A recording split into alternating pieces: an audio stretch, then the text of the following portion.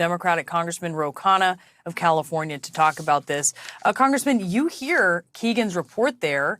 Are you worried about this phenomenon of civilians arming up and taking matters into their own hands, feeling that the government isn't doing what it needs to do?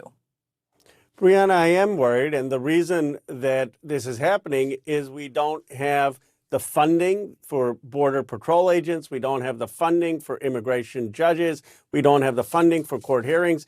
The Congress, when we were in control as a Democratic Party, passed that. President Biden has called for that. That's really what it will take to have a solution.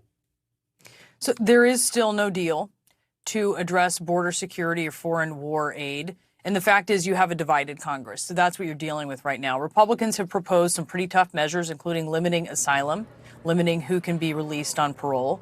What are Democrats willing to compromise on? Because that's just the reality, is that you're going to have to.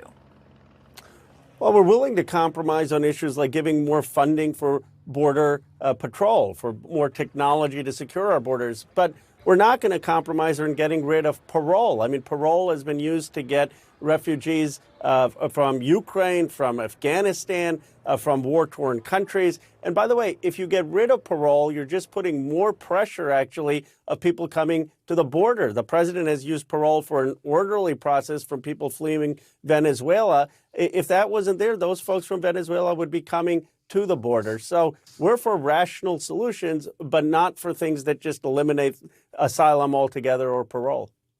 President Biden has come under increasing criticism from Democratic leaders across the country. New York City Mayor Eric Adams says he's not getting enough funding for the city. Illinois' governor says Biden hasn't done enough to deal with Republican governors who are sending migrants to Chicago. What does the president need to do to address their concerns?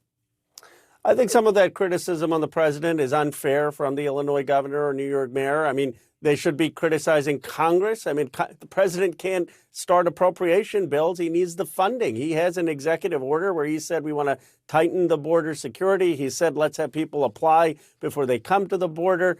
He has really tried to go to Congress and give us funding for the judges and the Border Patrol agents. But it's Congress, that part of the body of government that I'm part of, that hasn't worked. And I think that's where the blame needs to be. Do you think what we're seeing at the border right now is what you describe as at a breaking point?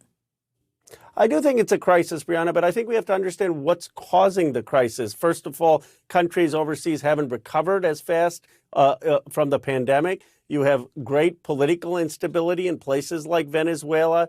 You have climate refugees. You have more outbreak of violence. And then we need to be thoughtful about how to address it. And it starts with securing our borders, but also having an actual rational system for asylum. The president has called for that. The problem is people want to politicize this just by showing images at the border. I'd rather we work towards a solution that secures the border but is humane. Congressman, great to have you this evening. Thanks for being with us. Thank you. Happy holidays. You too, sir.